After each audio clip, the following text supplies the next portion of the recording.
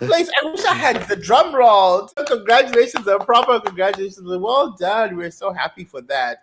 And then like, Takura, now you just focused on Nado Pay because that is your current baby. It's what you are moving forward. But please give us a brief history of the previous entrepreneurship opportunities and journeys that you have gone through. Because I describe you as a serial entrepreneur because you really are somebody who identifies the opportunity where it meets with your skills and talents, and you're able to maximize and galvanize opportunity for that. So please tell us a little bit about the different companies that you have already found past.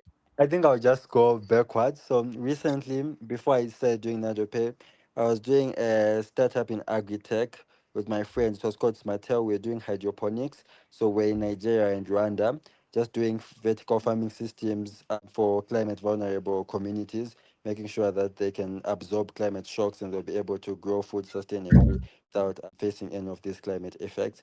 That startup was going well. We got selected for Google for startups. That was my main driver. That's what I was feeding from. I learned multiple lessons from there. Learned how to be a leader. I wasn't exactly CEO at the time. I was chief operations officer, but that was like proper startup. Before that, there's a time when my sister and I were doing a challenge. We were trying to get $1 million by the end of the year, but mainly the whole point was to show people that there are business opportunities just lying around and they're easily accessible and you don't need like excessive capital and things like that. So we're starting multiple businesses, retail mainly. So we're selling socks, we sold Crocs, we did a social media management agency, we did a printing business, and we're just doing businesses all over so that we would hit our goal. Unfortunately, we didn't get the $1 million, but the journey was worthwhile and that was good.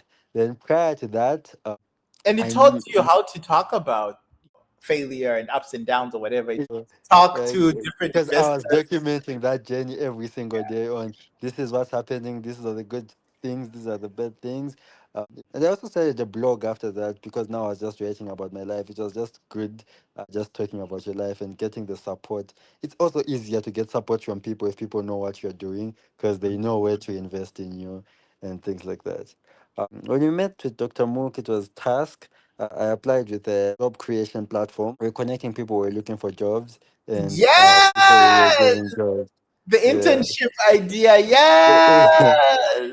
I remember now. It was a lot. It was a lot. But yeah, so did that take off? What did you end up doing with that? uh, that didn't take off. I was still very young, but it was also like my very first idea at the time. But you were top And five, right? You won at least some money. top five. You Yeah. won like how much? Like $100 or something? Yes, it was $100 at the time. And so what did you do with my money if you didn't pursue your idea? If you're saying you didn't do it, what did you do? No, it didn't take off at the time, but to